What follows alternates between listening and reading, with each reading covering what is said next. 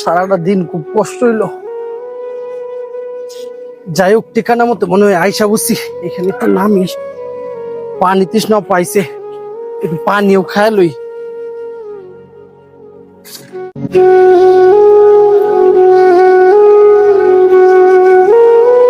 আলহামদুলিল্লাহ।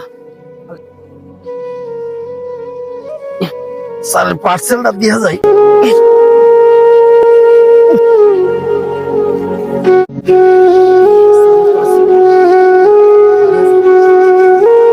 স্যারের পার্সেলটা দিয়ে পরে আরো অন্য জায়গায় দিতে হইব। স্যার বাসায় আছেন? স্যার, জি, কি হয়েছে বলেন, কেন ডাকতেছেন? স্যার আপনার দুইটা পার্সেল ছিল, নিয়ে আসছি স্যার। পার্সেল তো অর্ডার দিয়েছিলাম, ঠিক আছে, এখন আমার লাগবে না। আপাতত তুমি নিয়ে যাও, আমি অন্য আরেক সময় এটা অর্ডার দিব। স্যার এই পার্সেলটা আপনার প্রয়োজনে স্যার আপনি অর্ডার দিয়েছেন স্যার। এই পার্সেলটা তো আপনারই প্রয়োজন ছিল, আরেকজনের তোর প্রয়োজন নেই, কারে দিব স্যার বলেন? এবারটা পার্সেলটা অন্য জায়গায় দিয়ে দে, তোরা ভালো করে বলতেছি, মজা লাগতেছে না?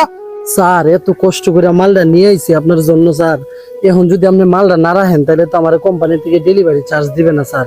তাহলে স্যার যদি মালটা না রাখেন তাহলে ডেলিভারি চার্জটা দিয়ে দেন। এই বেটা, ডেলিভারি চার্জ লাগে মালটা রাখতেছি না, তুই আবার আসিস বেটা ডেলিভারি চার্জটা নিয়ে যেতে। তুই কিন্তু সরবে না, তোর সাথে আমি খারাপ ব্যবহার করতাম। এই রাইডারের সাথে কিরকম ব্যবহার করতেছে দেখতেছস? স্যার এনো খারাপ ব্যবহারের কি হলো স্যার? আপনি কেন আমার সাথে খারাপ ব্যবহার করবেন? আমি আপনার জন্য মাল নিয়ে এসেছি, আপনি অর্ডার করছেন।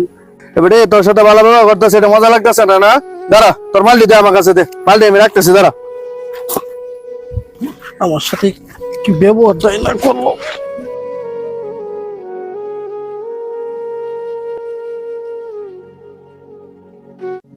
এ ভাই দাঁড়াও,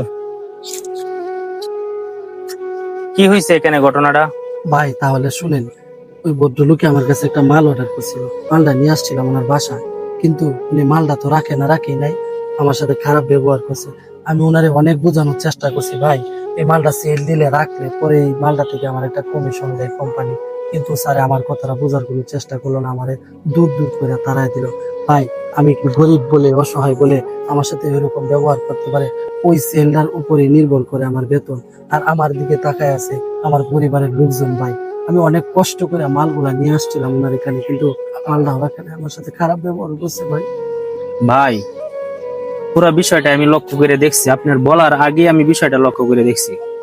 যাই হোক, কি বলবো, আপনি আমার এলাকায় আসছেন, আসলে ভদ্রলোকের কিছু আচরণ দেখলে কষ্ট লাগে। আপনাকে কি বলে সান্ত্বনা দিব বুঝতে পারি না। আসলে আপনারা আছেন বলেই তো আমরা ঘর থেকে পার্সেল গুলা পাই। কষ্ট নিয়েন না, আর ধৈর্য ধরেন। আল্লাহ